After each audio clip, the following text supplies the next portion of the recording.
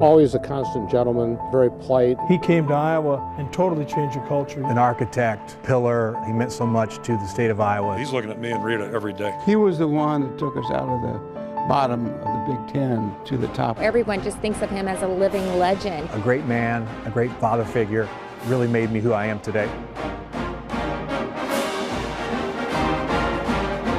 Simply put, he was an icon. He restarted a down-and-out University of Iowa football team and brought respect to the whole state. Hayden Fry was a larger-than-life character with a huge personality who left a lasting impact.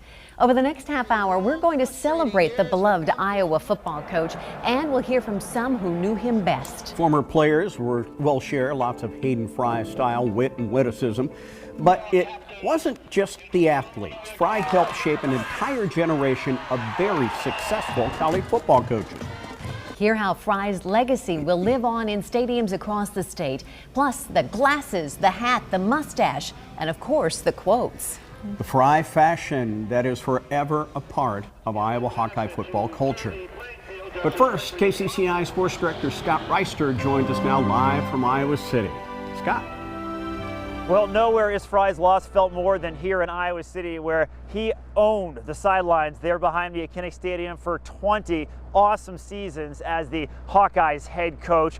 What a legacy, and as KCCI's Marcus McIntosh tells us, it's one that current head coach Kirk Ferentz is attempting to live up to.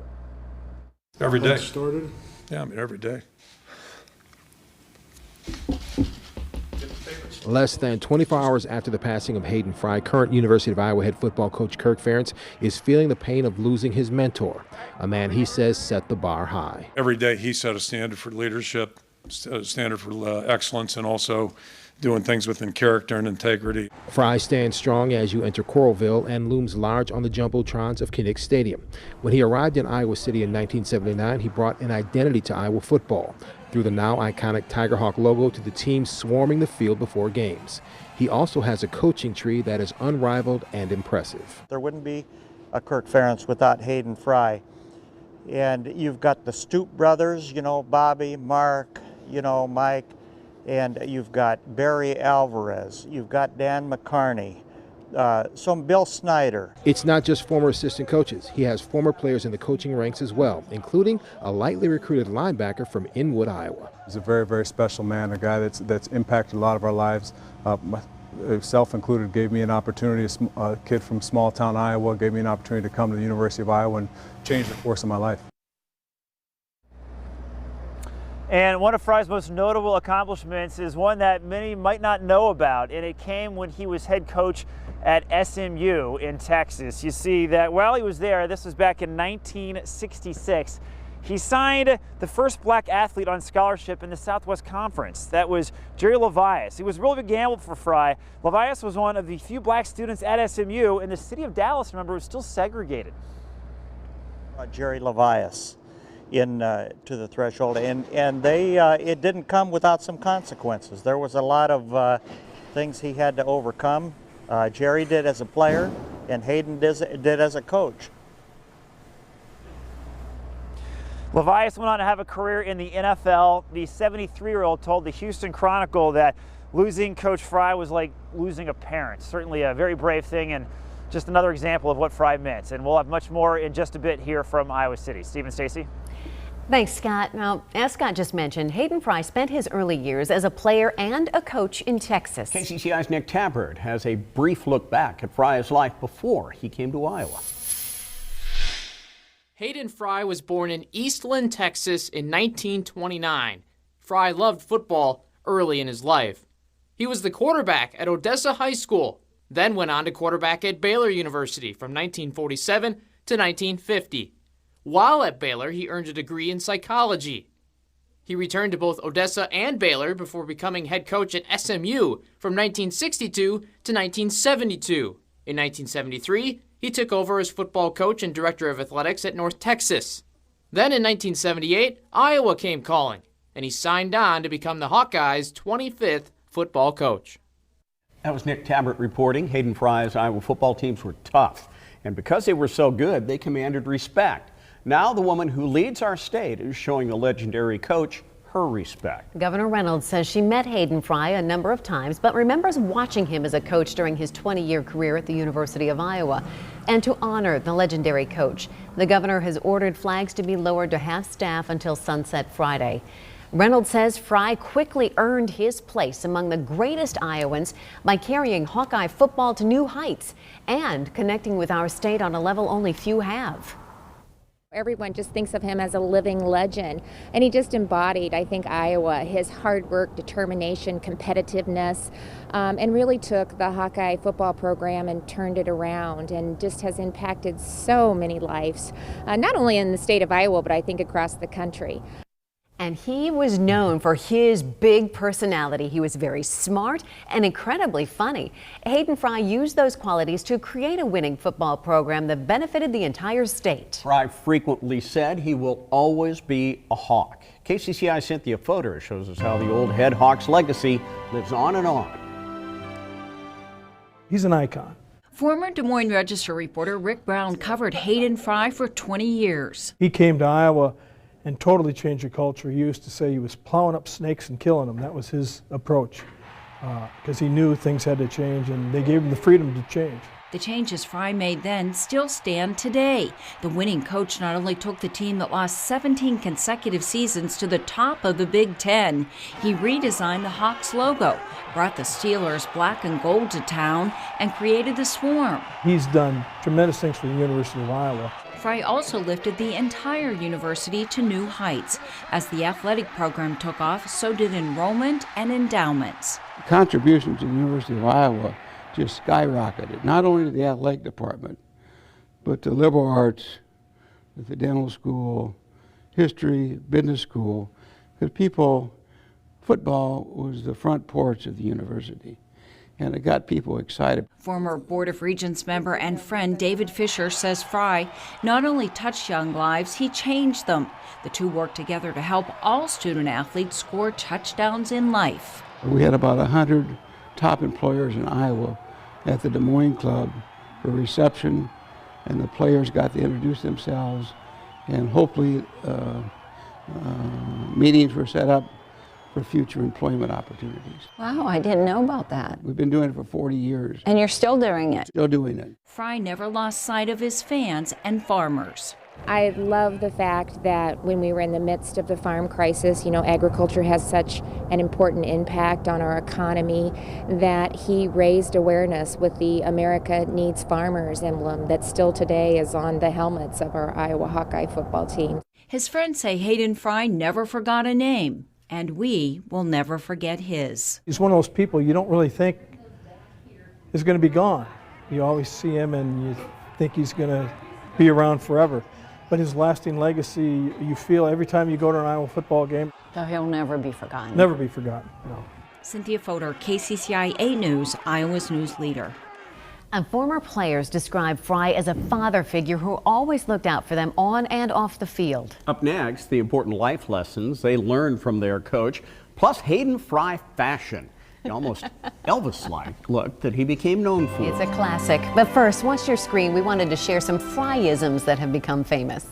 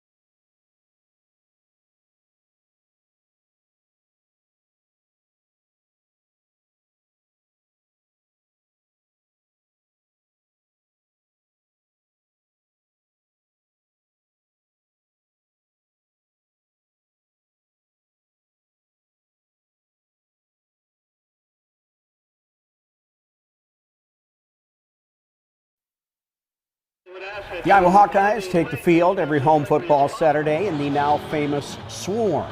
Hayden Fry introduced this inspirational tradition 40 years ago. I, like many Hawkeye fans, could not believe my eyes when I saw it for the first time at Kinnick Stadium on September 8, 1979. Now, coupled with AC/DC's Back in Black blaring on the stadium sound system, it has to be among the coolest team entrances in college football. Yeah, you see it there. The players join hands, they jog onto the field. Fry said he started this as a way to build the team and get fans excited for the game. Before Hayden Fry came to Iowa City, the Hawkeyes were a college football doormat, suffering through 17 consecutive non-winning seasons. But Fry came here despite all the losing because the Kinnick Stadium stands were pretty much always full of fans. And once he got to Iowa, it took Fry just 3 seasons to create a winning team. KCCI Sports Director Scott Reister had a chance to speak with a number of Fry's former players. Yeah, and it seems like the common theme was just like, whoa, there's Hayden Fry. Anytime they saw this man, they were impressed. These players were just in awe of their leader. I asked these guys, what was it like playing for Coach Hayden Fry, and more importantly, what about when you first met the man? For someone that has never seen him before, what did this guy look like? He was, he had the dark shades. That was intimidating. When you saw this guy, you just knew he had it together. You didn't know, even if you didn't know he was a coach, you knew he was somebody of importance. Just from looking at him, he just, you know, had the glasses, you know, and if you took them off, you knew we were in trouble. A great man, a great father figure, really made me who I am today. Well, just the way he went through every day of work. Work hard all the time, do what's right, pay attention to the little things, and everything else will fall into place. He was no joke, and what I mean by that, we had a stable of great coaches, obviously, because you look at where they all went. And like, he just didn't mess around. Like, he was hard on his coaches. And sometimes I'd be like, man, you know, I don't know if I could, you know, but he produced, you know, he produced winners. So, you know, that's what we won when I was here. Not just about, hey, how do you win and how do you lose? Just do all the little things right, and the winning and losing will come with it. All the right things will happen because you're doing the right thing. So I was kind of all over, and even after he would call me in and get on me, I vividly remember he would always, I never left feeling like, it was always he would have a one-liner joke or something before I walked out of that room, and you kind of forgot about what he just lectured you and scolded you about. But, you know, he was just, you know, he was a good guy.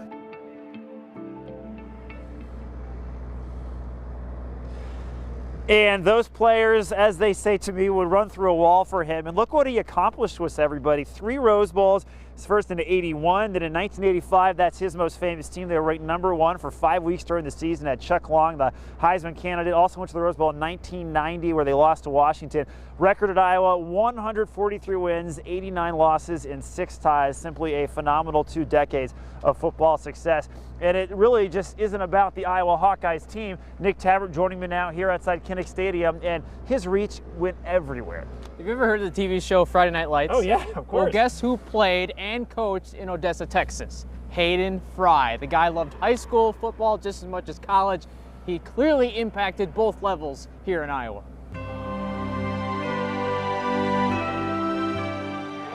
We all knew that if we needed anything, we could go to him, and he would be very supportive. Hayden Fry elevated the game and the pride of Friday Night Lights. Football was a fun game, and it didn't have to be about just wins and losses, too. I think Coach Fry was always trying to tell everyone that there was things to learn on the football field that would help you for the rest of your life. A high school head coach for 3 years in Texas, Fry kept his players interested and opponents off balance.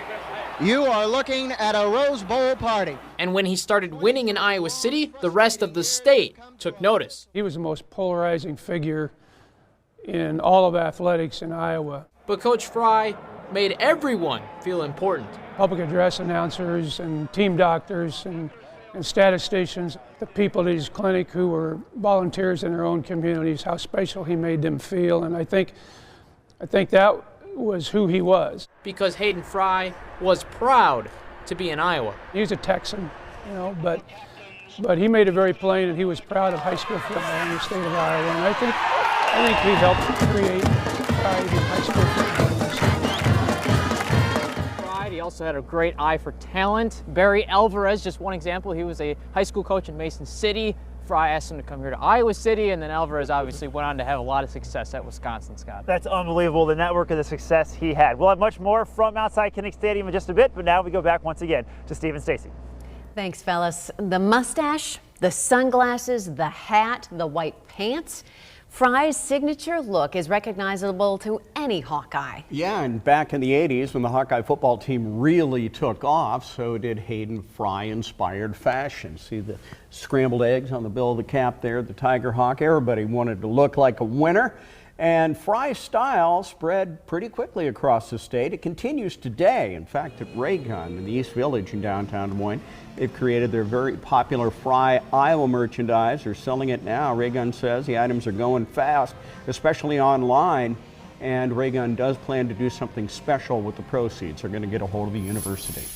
Now, over the summer in Iowa City, there is a celebration for all things Hawkeye and Hayden Fry. 10 years ago was the first Fry Fest. The festival honored Fry's career. It even holds a look-alike and a sound-alike contest. And each year is a different theme. In 2019, the theme was celebrating Kinnick traditions. Coach Fry made the fans feel special. Did he ever? Coming up next, the big surprise one loyal Hawkeye received after giving his girlfriend some flowers.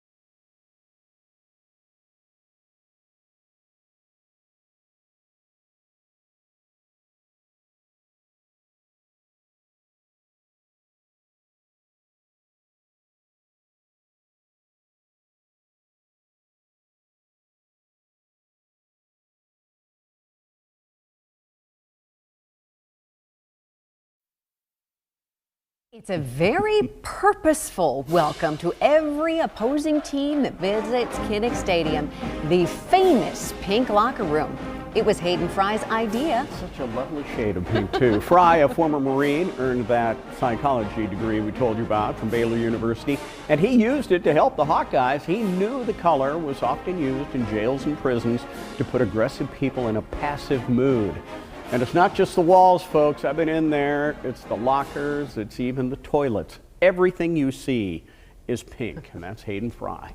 Coach Fry was known for his Texas wit and his good old boy Southern sense of humor. Former Hawkeye quarterback Chuck Hartley, along with a few others, share some of their favorite moments. first thing always comes to mind is we did some iClub circuits afterwards, and he'd always get up in front of the fan base and say, well, Hartley've had a great game with 8 touchdown passes.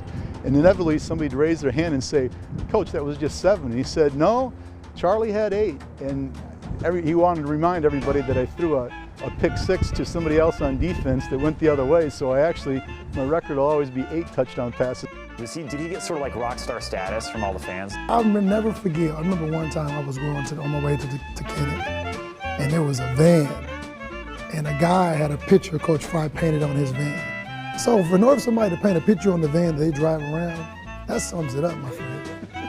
He came to Iowa and totally changed the culture. He used to say he was plowing up snakes and killing them. That was his approach, because he knew things had to change, and they gave him the freedom to change. I would always run plays in and out, and he kind of asked me, he says, you know, Scotty, what do you want? He always called me Scotty. And I said, Coach, I want to score too. So he drew up a play just for me, and Chuck Long and I connected, and it was just a great memory. One of my brothers played football at Wisconsin, and he had no reason to reach out to him, but he had a tough 4 years. He got hurt his senior year, and Coach Fry picked up the phone at the end of his senior year at Wisconsin, got his phone number from somebody else, and gave Andy a 15-minute phone call and just told him how proud he was. If you ever needed any help, let me know. He was a Badger, but he'd always be a Hawkeye too. And just little things like that he always did to just raise everybody up around him. And just an amazing, amazing person. Coach Fry had the ability to make everybody feel important. Yeah, I'm learning a lot of stuff I didn't know. Sports director Scott Reister spoke with one super fan who once received a huge Hawkeye surprise. Right, Scott? Yeah, he was just a regular student here at the 90s, and he was going to surprise his girlfriend with flowers. She worked at the football office, so he walked into the office, and then he got the surprise of his football love and life. And so I went in and pretended to be a delivery guy, and then the receptionist went to go get my girlfriend, I thought. But they actually sent out Coach Hayden Fry to my surprise. Well, he walks right over to me. He warmly welcomes me by name. He says, hey, welcome, Jason, how are you? And he talks football with me. He lets me deliver the flowers to my girlfriend. And then he says, you know, hey, you guys need some gear? And he actually even signed a couple of the jackets. And they've been in my family for over 20 years. We're all huge Hawkeye fans. And I just thought that was really incredible what he did for me, and never forgot it. Pat Harty from allhawkeyes.com, formerly the Iowa City Press Citizen, joins me now. And stories like that are why this man was so beloved. I'm sure you've got countless of those. I have a lot of them, and I've heard a lot of them in the last 24 hours. One that comes to mind actually came at my expense back in, I think it was 1995. I was covering the Big Ten football luncheon in Chicago, and back then we didn't talk much during the offseason with the coaches.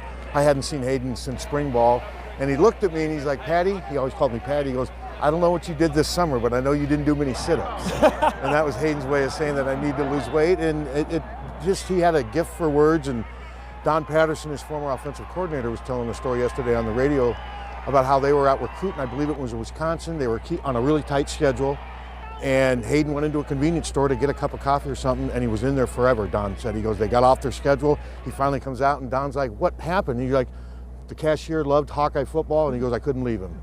And that's Hayden Fry. He just loved people, and yeah, there's tons of stories like that. That's awesome. Pat, thanks for joining us, and we'll be back right after this.